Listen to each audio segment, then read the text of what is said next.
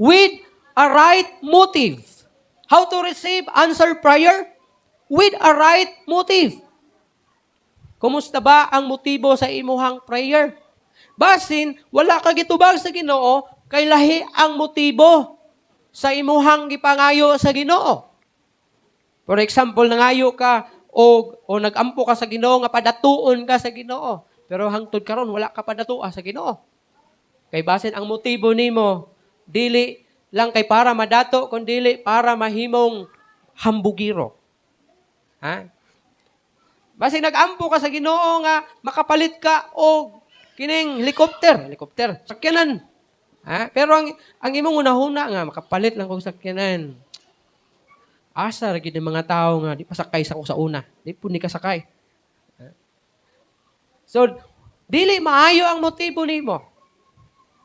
Mao na nga wala ka gitubag sa Ginoo sa imong mapag-ampo. So kung mag-ampo ka sa Ginoo, kinahanglan nga sakto ang imong motibo. Kinahanglan kung mag-ampo ka sa Ginoo, uban kini sa husto nga motibo. Uban sa matarong nga tinguha. Ang Santiago kapitulo 4 versikulo 2 ngadto sa 3 nag-ingon, you want something you don't have. Gusto daw ka sa mga ingon sa Bisaya. Tanong na to sa Bisaya. Santiago 4 2 og 3 nag-ingon, nangandoy kamo apan wala kamo makabaton. Nagampo ka apan wala ka makabaton. Ingon pa niya dirian, nagpatay kamo og tao og nasina apan wala kamo makaangkon. Ano, grabe ka worst nga tao, no?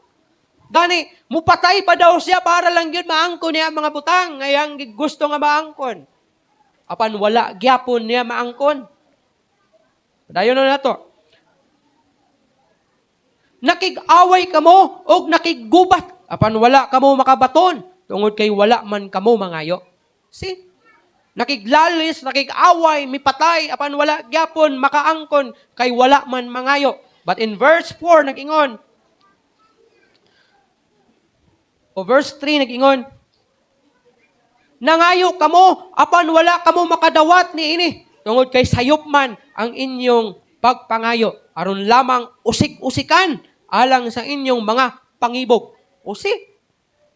Bugat kayo ang message o ang mensahe ni Santiago. Ingon niya, nga gani mi patay kamo, nakiglalis kamo, nakig-away kamo, apan wala kamo makaangkon kay wala kamo mangayo. O bisa nangayo kamo, apan wala gyapon kamo mangayo kay ang ingon niya, apan wala ninyo madawatan kini tungod kay sayop man ang inyong pagpangayo. Unsa nga sayop sa pagpangayo? Aron lamang usik-usikan alang sa inyong mga pangibog. Ana bitaw nga bisan daw og nangayo ka, pero kay ang imong rason daw, para lang daw usik-usikan. Example, ani ba? Nga, gusto ka mahimong madato para na kay idula dito sa kasino. Apatay na, di ka padatuon sa Ginoo. Napadato ako, Lord, kay para makadula ko sa kasino. Padato ako, Ginoo, kay para na ako'y ipatad og lasto, o luto. Siyempre, na ako'y isugal.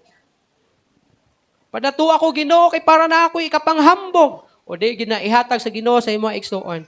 Kinahanglan akong mangayo ka, adunay maayo usab nga tinguha. Ikaduha nga hinungdan aron madawat nimo ang imong mga pag-ampo.